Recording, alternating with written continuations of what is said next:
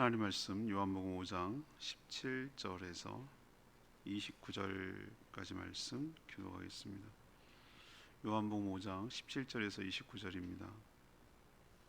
오늘은 1월 30일 토요일 아침입니다. 1월 30일자 본문 요한복음 5장 17절에서 29절까지 말씀 교독하겠습니다. 신약성경 150쪽입니다.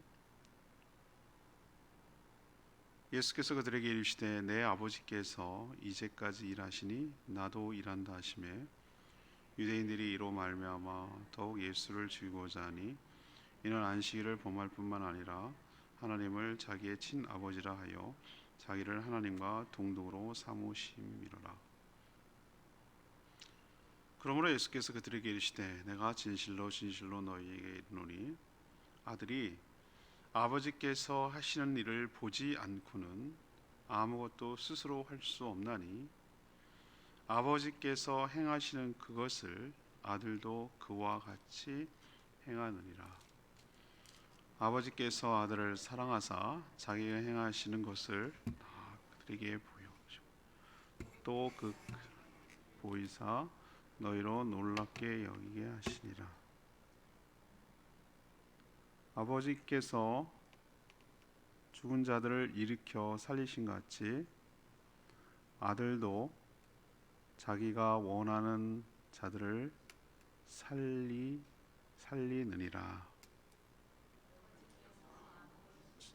아니하고 심판을 다 아들에게 맡기셨으니 이는 모든 사람으로 아버지를 공경하는 것 같이 아들을 공경하게 하려 하심이라. 아들은 공경하지 아니하는 자는 그를 보내신 아버지도 공경하지 아니하니라. 내가 진실로 진실로 너에게 이르노니 내 말을 듣고 또 나 보내신 이를 믿는 자는 영생을 얻었고 심판에 이르지 아니하나니 사망에서 생명으로 옮겼느니라.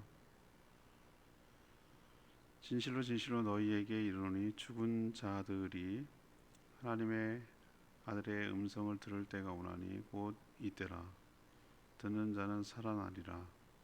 아버지께서 자기 속에 생명이 있음 같이 아들에게도 생명을 주어 그 속에 있게 하셨고 또 인자됨으로 말미암아 심판하는 권한을 주셨느니라. 이를 놀랍게 여기지 말라. 무덤 속에 있는 자가 다 그의 음성을 들을 때가 오노니 선한 일을 행한 자는 생명의 부활로 악한 일을 행한 자는 심판의 부활로 나오리라. 아멘. 예수님은 하나님을 아버지라 칭하며 아버지가 행하는 것처럼 자신도 행한다 라고 하니까 유대인들이 반발하여 하나님을 아버지라고 말했다고 죽이려고 했습니다. 하나님은 아들에게 사랑하셔서 다 보여주시고 또 심판을 그에게 맡기셨다고 했습니다. 그를 믿는 자는 영생을 얻고 심판에 이르지 않게 하셨습니다. 심판날에 모두 다 살아날 것인데 선한 일을 행한 자는 영생으로 악한 일을 행한 자는 심판으로 부활할 것이다. 이것이 오늘 내용입니다. 오늘 질문은 하나님과 예수님은 어떤 관계인가? 두 분의 관계에 대해서 질문합니다. 먼저 17절에서 20절까지 말씀입니다. 하나님이 행하시는 것을 예수님도 행하신다는 겁니다. 예수님은 어제 묵상한 거죠. 안식일임에도 불구하고 베데스다 연못에 있던 38년 된 병자를 고쳐주셨습니다. 안식일에 왜 일을 하느냐며 따지는 유대인들을 향해 자신의 아버지께서 이제까지 일하시니 자신도 일한다고 대답하셨습니다. 이에 유대인들은 하나님을 자신의 아버지라고 칭하는 예수님을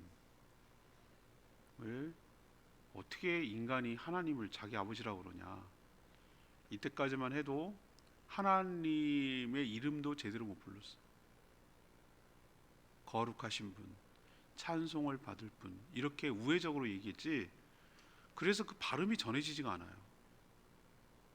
우리는 여호와라는 것을 이름으로 알고 있는데, 더 원어에 가까운 것은, 사운드에 가까운 것은 소리 나는 대로 읽자면 야훼에 가까워요. 야훼. 근데 야훼라고 사람들이, 이스라엘 사람들이 정작 부르지 않았어요. 하나님의 이름을 함부로 못 불렀어요. 너무 귀한 분이기 때문에. 그렇게 전통적으로 내려왔는데 예수라는 자가 딱 나타나서 한다는 말이 하나님 자기 아버지라고 그러는 거예요. 기가 막히는 거죠. 그러니까 이들이 얼마나 분노하고, 말도 안 되는 이런 배은망 뭐 이렇게 나오겠죠, 그죠? 그래서 죽이려고 그때부터 아주 한 거죠. 하나님을 자기와, 오늘 표현해 보니까 동등하게 같은 급으로 여겼기 때문이다라고 표현하고 있어요. 예수님을 하나님의 아들로 믿지 않으면 이런 반응이 나올 수 있지만, 만약에 그게 사실이었다면 정말로 유대인들이 지금 큰 잘못을 하는 거예요. 하나님의 아들한테 함부로 하는 거니까. 결국 이건 믿음의 문제인데요, 예수님은 아무것도 스스로 하지 않으시고 하나님이 행하시는 것을 보고 그 일에 동참하셔서 함께 하신다고 하셨어요. 그런데 하나님은 아들 예수 그리스도를 너무 사랑하셔서 그런 관계에 있기 때문에 자신이 계획한 거, 자신이 하고자 하는 거, 자신이 하고 있는 일, 이 모든 것들을 다 아들에게 보여주셨어요. 우리도 너무 사랑하면 자신을 감출 이유가 없어요. 그래서 자기의 그냥 속내를 다 보여줘도 허물이 되지 않아요. 정말 사랑하는 관계면, 믿으니까, 그리고 사랑하니까. 예수님도 하나님이 하시는 것을 보고 그대로 행하는 거예요. 이게 지금 우리가 하나님을 경험하는 삶 공부하는데 이게 핵심이에요, 핵심. 이 본문이 지난 주일날 배웠던 본문이고, 또 이번 내일 배우게 될 본문이기도 해요.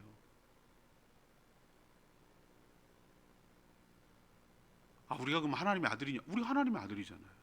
우리가 하나님의 자녀가 되었잖아요. 우리가, 예수님이 철저하게 스스로 행하신 일이 없어요. 아버지가 하는 것 보고 거들어 따라하는 거예요. 저는 유사하게 동물적 감각이라고 얘기하는데, 애완동물 말이에요. 애완동물이 가장 정말 그 자기를 너무너무 주인이 사랑하고 아낀다는 걸 아는 애착 관계에 있는 애완동물은요, 주인이 하는 것에 대해서 모두 다 관심을 가지고 참견하려고 하고 같이 하려고 합니다. 여러분 그거 아세요? 같이 하려고 합니다. 유심히 봅니다. 정말 똑똑한 개들 가만 보면은 그걸 자유롭게 하고 정말 사랑하는 관계가 되어 있으면은 유심히 보고 그걸 따라하고 같이 하려고 하고 뭔가 동참하려고 하고 그렇습니다. 그게 오히려 인간 입장에는 방해하는 거고 저지레하는 거고 뭐 이런 입장이라서 말리지만, 그냥 딴 이유 없어요. 뭐 엄청 도와줘야 되겠다 이런 얘기가 아니라 같이 보고 따라하고 싶은 거예요. 같이 동참하고. 왜? 사랑하니까. 저 외국의 그 동영상 보고 너무 놀랐어요. 너무 뭐라고 해요? 감동적. 주인이 사랑하는 그 개가 있는데, 주인이 정원을 가꾸는데 옆에 와서 이렇게 쳐다보고 구덩이 파는 것도 보고 자기도 이렇게 파고 같이 해요. 다 같이 해요. 다 같이 하고 싶은 거예요. 보고 따라하는 거예요. 예수님이 하나님이 하신 일을 보고 따라했다. 이 얘기는 뭐냐? 하나님께서 지금까지 일하시니 나도 일한다 이랬거든요. 이 얘기는 뭐냐? 하나님이 안식일에도 불구하고 그런 거에 구애받지 않으시고 생명을 살리고 영혼을 구원하는 일을 지금도 계속 지금까지 해오셨다 이 얘기예요. 그거를 예수님도 봤다는 거예요. 그래서 본인도 그런 거에 구애받지 않고 그 일을 행했다는 거예요. 그럼 우리는 여기서 시사점이 뭐죠? 우리에게 교훈을 주는 게 뭡니까? 우리가 스스로 무엇을 하려고 하면 안 돼요. 일을 저지르면 안 돼요. 뒷수습 하나님 보고 하라 그러면 안 된다고. 그럼 우리는 어떻게 해야 되는가?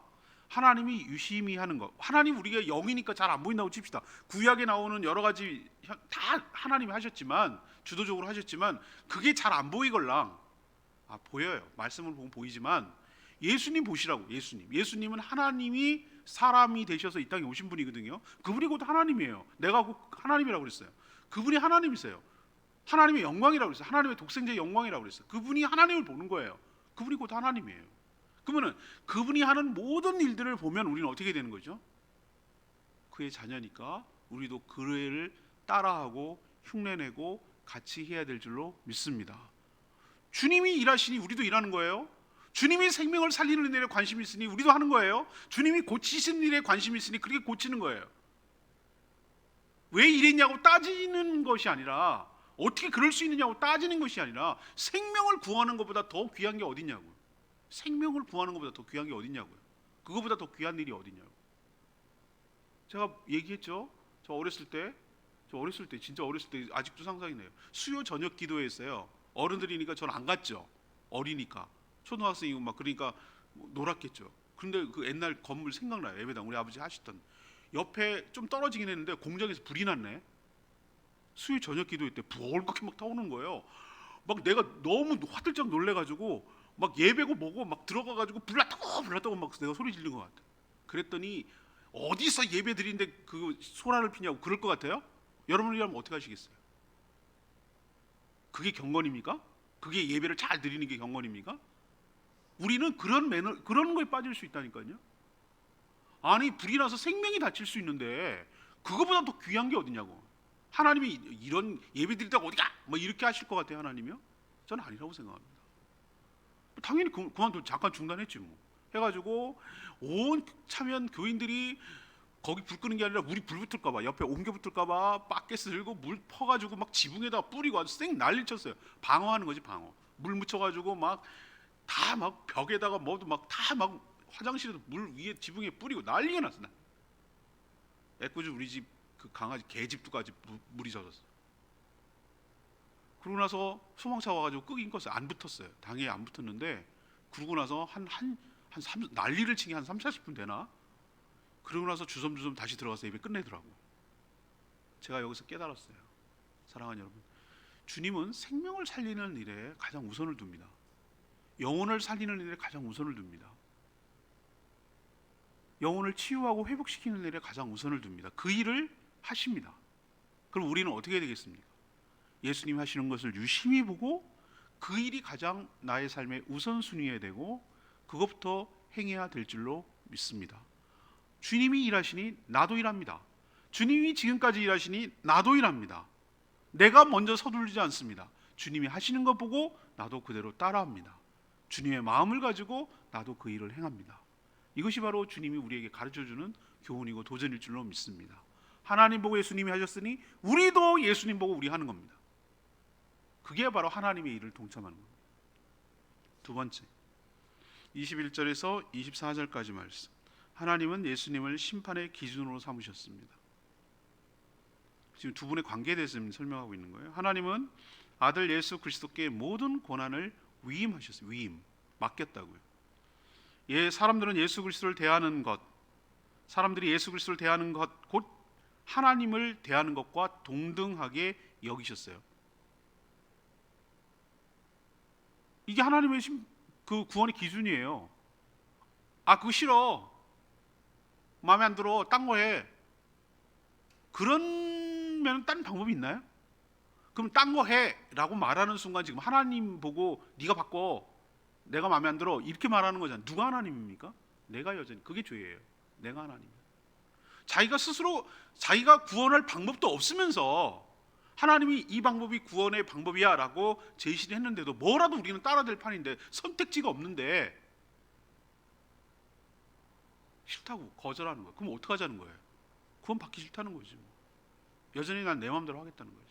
내 마음대로 하겠다는 게 죄라고 제가 말씀을 드렸어요. 그래서 하나님의 구원 방법은 아주 단순해요. 굉장히 단순한 것처럼 보이는데 그게 그렇게 어려워요. 어떤 사람에게 있어서. 그러니까 하나님 은혜예요. 그래서 아들 예수 그리스도를 영접하고 공경하면, 오늘 제 얘기가 아니라 여기 성경에 나온 얘기예요. 아들을 예수 그리스도로 하스필리티라고 해서 환대하는 거예요. 환대하고 공경하면 그게 곧 이퀄 예수님을 영접하고 공경하는 거로 똑같이 간주하셨다. 왜 나한테 안 그래? 이렇게 하나님은 여기지 않으셨다. 예수님께 하는 것이 곧 자신에게 하는 것으로 여기셨다. 반대로 예수 그리스도를 배척하고 불손하고 불신하면 자신을 그렇게 하는 것으로 뭐 하셨다? 간주하셨다. 이렇게 하나님이 말씀하신 거예요. 알고 보니 이것이 심판의 기준이었어요. 어차피 인간은 자기 스스로 구원하지 못해. 오직 하나님만 하실 수 있는데 그 기준을 하나님이 뜻대로 정하실 수 있어요. 따라서 하나님의 아들 예수 그리스도의 말씀을 듣고 아들을 보낸 하나님을 믿는 자는 영생을 얻었고 심판에 이르지 않는다고 하셨어요. 그리고 중요한 말씀, 이미 사망에서 생명으로 뭐 했다? 옮겨졌다. 끝났다. 거기로 가 있다. 이제는 되물림할 수 없다. 되돌이킬 수 없다. 이제는 옮겨졌다. 이미 끝난 상황이다. 누구 하는 자는? 예수 그리스도를 영접한 자는, 그를 믿는 자는 영생을 이미 얻었고 사망에서 생명으로 옮겨졌다. 끝났다. 여러분은 사망에서 생명으로 옮겨진 줄로 믿습니다. 이미 옮겨진 자예요. 옮겨진 상태에 있다고. 되돌릴 수 없다고. 백 안 된다고. 되돌릴 안 된다고. 되감기 안 된다고. 끝났다 이 뜻이에요. 끝났다. 이거를 동사 시제를 보면은 끝났다 이 얘기예요. 옮겨졌다. 소속이 옮겨졌다.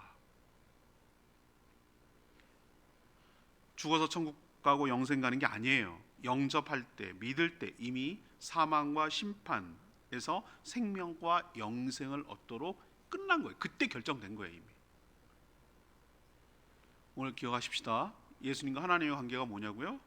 네, 예수님이 하나님의 심판의 기준이라고요. 그를 영접하는 것이 곧 하나님을 영접하는 것이고, 그를 믿는 것이 곧 하나님을 믿는 것이고, 믿으면 영생, 믿으면 천국, 불신하고 거절하고 불신하면 그 자체가 벌써 심판이고 지옥에 가는 거예요. 세 번째는 25절에서 28절까지 말씀. 하나님은 예수께 심판의 권한을 주셨습니다. 하나님은 아들에게 자신의 모든 권한을 다 맡기셨어요. 특히 심판할 수 있는 권한을 주셨어요.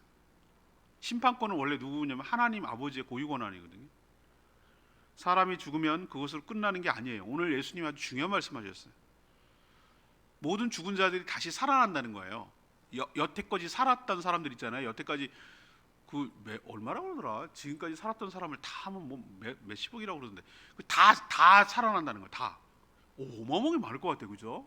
살아날 것. 그래서 하나님의 아들 예수 그리스도를 음성을 딱 듣는 순간, 재림하는 순간을 의미하는 거예요. 이건 딱 그때를 염두에 두고 하시는 말씀 같아요. 일단 다시 다 살아나요. 부활하는 셈이죠. 살아난다는 게 부활하는 거잖아요. 부활합니다. 그러나 선한 일을 행하는 자는 생명의 부활이지만 악한 일을 행한 자는 뭐의 부활? 심판의 부활로, 부활의 그 의미가 달라요. 여러분, 선한 일을 제발 오해하지 마세요. 이걸 문맥적으로, 상황적으로, 종합적으로 예수님의 의도를 잘 간파해야지.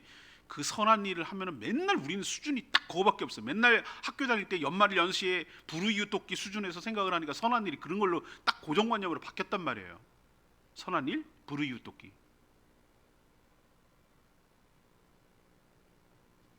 그런 선행 차원이 아니라 가장 큰 선한 일은, 착한 일은, 바르게 한 일은 하나님이 보낸 아들 예수 그리스도를 영접하여 믿는 것이 선한 일인 줄로 믿습니다. 여기서 문맥적으로 그렇단 말이에요. 그게 앞에랑 쭉 연결시켜 보세요. 선한 일이 무슨 의미로 말하는 것인지. 그렇다면 그분을 영접했다는 것은 주인이 바뀌어서 이제부터는 내가 주인 되는 걸 내려놓고 하나님이 주인 돼서 살겠다는 뜻이에요.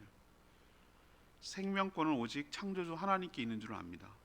흙으로 사람을 만드시고 그 코에 생기를 부으셔서 생명이 되게 하셨어요.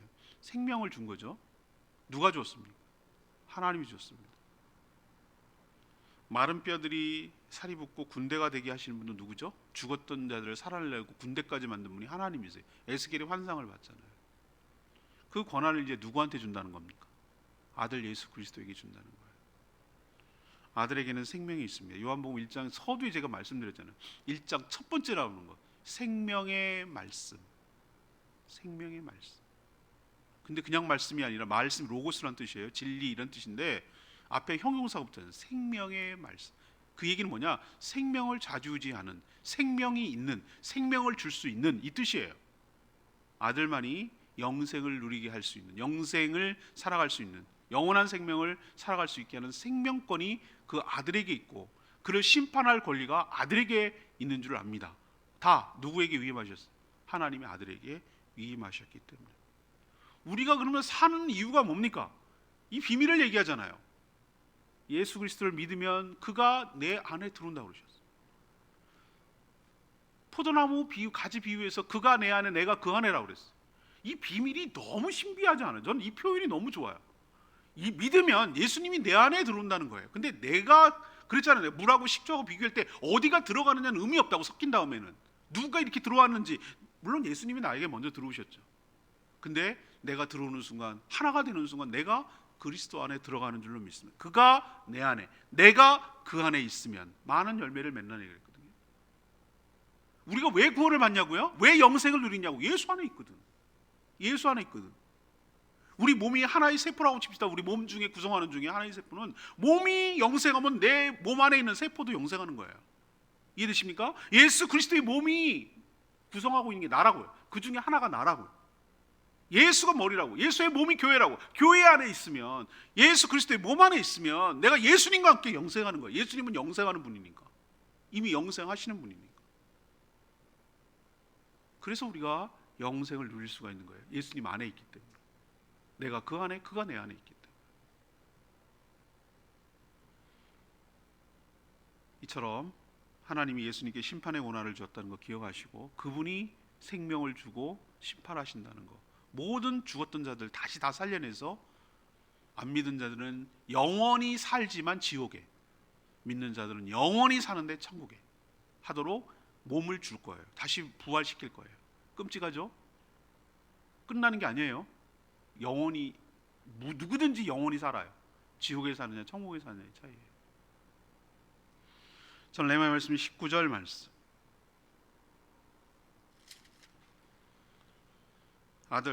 아들이 아버지께서 하시는 일을 보지 않고는 아무것도 스스로 할 수 없나니 아버지께서 행하시는 그것을 아들도 그와 같이 행하느니라.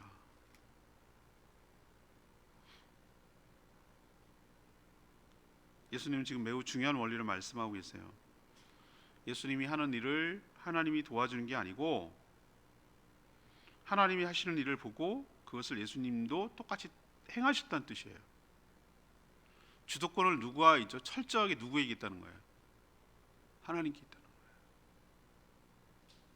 하나님의 일을 보고 그것이 하나님의 일을 뜻인 줄을 깨닫고 자신도 그 일에 동참함으로써 하나님의 뜻을 이루도록 하는 방식을 취했다는 거예요. 그러니 실수가 없고, 그러니 관계가 깨질 리가 없죠.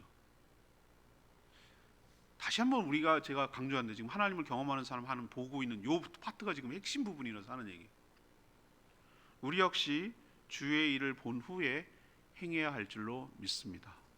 그러려면 이렇게 되려면, 이런 게 가능하려면 하나님과의 관계가 매우 중요해요. 하나님과 깊은 사랑의 관계를 맺고 있으면, 왜 우리도 띄엄띄엄하고 대면대면하고 만나면 서먹서먹하고 이런 두 사이에 저 사람이 뭐 하는지 알 수 있을 것 같아요? 모릅니다. 몰라요. 아무리 가까운 형제지간도 멀리 떨어져 있고 서로 교류 안 하고 그거 안 하면 서로 어떻게 사는지 어떻게 알겠어요? 모릅니다. 그러나 멀리 떨어져 있더라도 수시로 화상통화하고 수시로 얘기하고 뭐 시시콜콜한 얘기하고 정말 둘이 죽지 못해서 그렇게 정말 사랑의 관계가 있다면, 떨어져 있을지 모르지만 아주 가까이 사는 것처럼 비밀이 없는 거예요. 아는 거예요. 그래서 상대를 위해주고 싶고, 상대가 도움이 되는 일을 하고 싶고, 어떻게든지 도와주고 싶고, 어떻게든지 잘 되게 하고 싶고, 어떻게든지 상대가 행복하고 즐겁게 하기를 원하고, 그런 걸 하겠는 거예요. 저 사람이 원하는 걸 나도 같이 따라 해주고 싶고 해주고 싶은 거예요. 그게 사랑의 관계. 이 모든 것의 바탕은 알았어. 하나님 좋은 거 뭔지 알지 잘 알아놨다가 하나님 나도 따라 해야지. 이런 어떤 관계가 없는 상태에서 뭘 하려고 그러면 그게 힘든 거예요. 자연스럽게 막 하나님의 뜻을 알려주시옵소서, 알려주지 막 이렇게 이런 때를 부린다는 게 너무 웃겨요. 사랑하는 관계에 있어서. 그냥 정말 그러니까 관계가 전부라고 제가 늘상 말씀드리는 이유가 이것 때문에 그러는 거예요. 이것 때문에. 우리는 하나님의 뜻을 모르면 결국은 내 뜻대로 한다는 얘기인데, 내 뜻대로 하는 건 100%예요. 100%. 어그러지고 일만 만들어. 일만 만들고 일만 복잡하게 만들고 일만 더 꼬이게 만들고 좌절과 실패감만 만드는. 하나님의 뜻을 잘 보고 모를 때는 기다려야 돼. 그냥 가만히 있어야 돼요. 차라리 일 저지르는 것보다 안 하는 게 나아요. 그러나 이게 하나님의 뜻이라고 분명하게 보이걸랑 느껴지걸랑 말씀을 통해 깨닫걸랑 그 일에 나도 동참하고 함께 해 나가야 될 줄로 믿습니다. 하나님의 일은 분명해요. 예수님이 하신 일이 보면 알겠어요? 아까 말씀드렸잖아요. 생명을 살리는 일, 생명을 구원하는 일, 38년 된 병자를 구원하는 일. 이 일에 자기가 어떤 비난을 받을 걸 알면서도 그 일을 해줬어요. 왜? 그게 더 중요하니까. 자기가 비난받는 거. 그게 하나님이 일하시는 거니까. 우리도 무엇에 관심을 갖고 어디에 힘을 쓰고 해야 되는지 말씀을 통해 잘 보고 주님의 뜻에 따라 저희들 동참하고 순종하는, 예수님처럼 살아가는 저희 모두가 되기를 축복합니다. 이 말씀은 너무 귀해서 주일날 설교할까 말까 엄청 고민해요. 본문 선정하는데 저는 한 시간도 넘게 걸리는 것 같아요. 매번 본문을 어디를 할까를 선정하는데 기도하고 한참 고민을 해요. 한 주간의 묵상이 다 끝나면 고민하다가 너무 다 귀한 말씀이니까 요한복음 어디를 건드려도 다 귀한 말씀. 이 부분은 너무 귀한 말씀이거든요. 필요한 말씀이에요.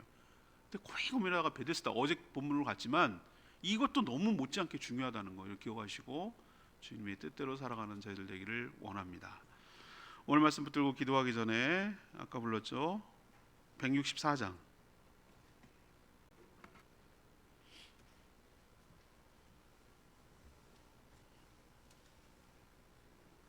당신은 영광의 왕, 주님을 높이며 주님을 찬양하기를 원합니다.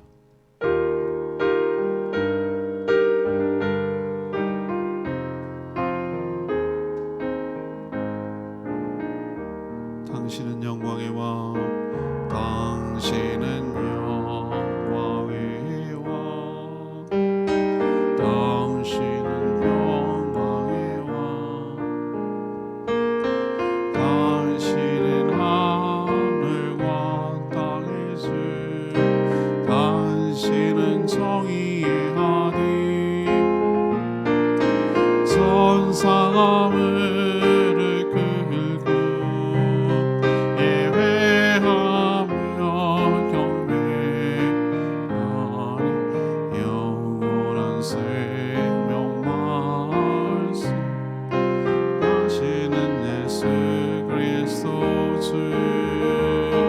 호산나 다윗의 자손께, 호산나 불러왕 중의 왕, 높은 하늘의 영광을 예수 주 메시아네. 그분이 우리의 왕 되십니다. 하나님이 그에게 심판권과 생명권을 주셨어요. 그분이 심판의 기준입니다. 그분을 영접하는 자는 영생을 얻게 되어 있어요. 마지막 날에 주의 음성을 들을 때가 오는데 영생하는 몸으로 다시 부활하게 될 줄로 믿습니다. 그를 영접하는 자는 이미 사망에서 생명으로 옮겨진 줄로 믿습니다. 그분이 바로 하나님의 심판의 기준이었다는 거 기억하시고 주님이 하신 일 우리도 똑같이 따라하며 행하는 저희들 되기를 원합니다. 생명을 살리는 일, 영혼을 구원하는 일에 힘쓰며 살아가는 저희들 되게 해달라고 주여 외치며 기도하겠습니다. 주여 하나님, 당신은 영광의 왕, 당신은 영광의 왕, 당신은 하늘과 땅의 주, 당신은 정의의 아들, 천사가 무릎 꿇고 예배하며 경배하네. 영원한 생명 말씀, 당신은 예수 그리스도 주, 호산나 다윗의 자손께, 호산나 불러 왕 중에 왕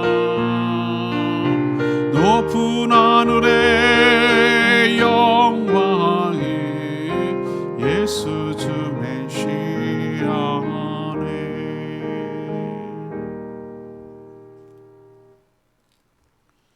하나님, 저희도 먼저 행하지 않게 하시고 하나님이 행하시는 일을 잘 보고 분별한 후에 그 일에 순종하며 동참하게 하여 주시옵소서. 하나님이 하시는 그 일, 주님이 행하셨던 그 일, 생명을 구하는 일, 영혼을 구하는 일, 생명을 회복시키고 생명이 생명답게 풍성하도록 하게 하는 일, 이 일에 저희들이 관심을 갖고 동참하며 행하게 하여 주시옵소서. 구원의 기준을 아들 예수 그리스도께 두셨음을 잘 압니다. 아들 예수 그리스도를 믿는 자는 곧 하나님을 믿고 공경하는 것으로 간주하셨습니다. 믿는 자는 이미 사망에서 생명으로 옮겨졌고 영생을 얻었음을 믿습니다. 마지막 심판 때에 모든 자들이 다시 살아날 것인데 믿는 자는 부활과 영생으로, 불신자는 지옥과 영벌에 처해질 줄로 믿습니다. 그러니 두렵고 떨리는 마음으로 살아가게 하시고 주의 일에 동참하며 후회 없이 살도록 은혜를 베풀어 주시옵소서. 오늘도 간구하는 모든 기도 주님께서 응답하시고 또 주일을 준비하며 몸된 교회를 섬기는 모든 성도들 축복하여 주시고 은혜로 가득 채워 주시옵소서. 감사드리며 예수 그리스도의 이름으로 기도합니다. 아멘. 오늘 하루도 주님의 은혜 가운데 살기를 축복합니다. 충분히 기도하고 주일 준비하겠습니다.